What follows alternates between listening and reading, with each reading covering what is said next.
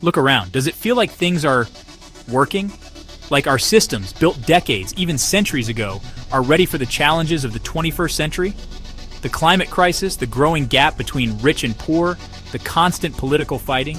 Many of us feel it. The old ways are failing. Our systems are brittle, often captured by narrow interests, and pushing our planet to the breaking point. But what if there was a different way? Not a perfect utopia, because frankly, humans aren't perfect, but a system designed with that imperfection in mind.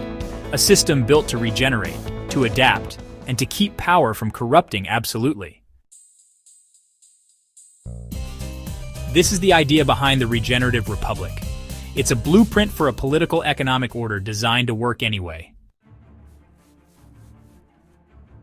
At its heart, the Regenerative Republic is built on core principles. Principles like autonomy secured by law, limited only by the equal rights of others. Ecological primacy, meaning no decision can push us past planetary boundaries. Fragmented authority power is deliberately spread out so no single office or group gets too much control. And radical transparency data, code, money flows, they're open by default. Information is the oxygen of liberty. But it also gets practical. It guarantees a basic needs floor.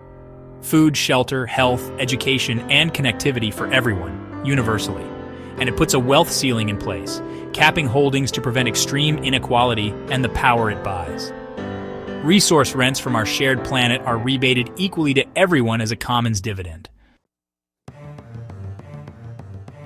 How would it actually govern? It uses a unique tri-council structure designed to prevent capture and ensure diverse perspectives. You have a citizen council, chosen randomly like a jury, who deliberate and vote, an expert council of specialists grounded in evidence, and an ethical council representing a broad spectrum of values. Laws often need agreement from at least two of these councils by a supermajority. Holding it all accountable is an Oversight Grid. This is an AI-human hybrid system. The AI monitors finance, lobbying, and even the government's own algorithms, flagging potential issues. But, and this is crucial, AI is an advisor, not a ruler.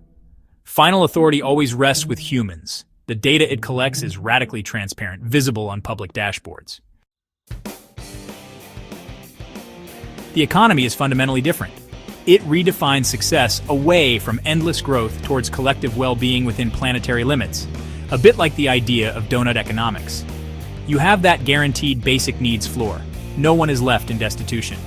Above that, markets exist, funding innovation, but they operate within strict environmental limits and labor rights. The wealth ceiling isn't about making everyone poor. You can still be very comfortable, but hoarding obscene wealth is out.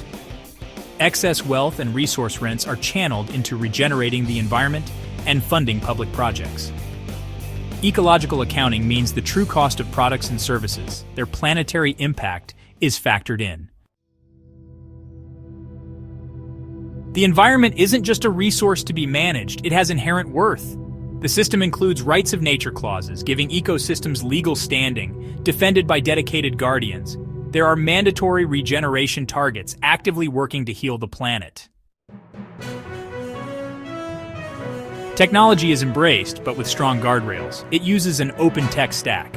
All public algorithms are open source and auditable. Citizens have digital sovereignty. They own their own data. The system is built with cyber resilience in mind, acknowledging the risks of a connected world. Technology is a tool to increase transparency, efficiency, and participation, but it must always be subservient to human democratic control. And what about the people?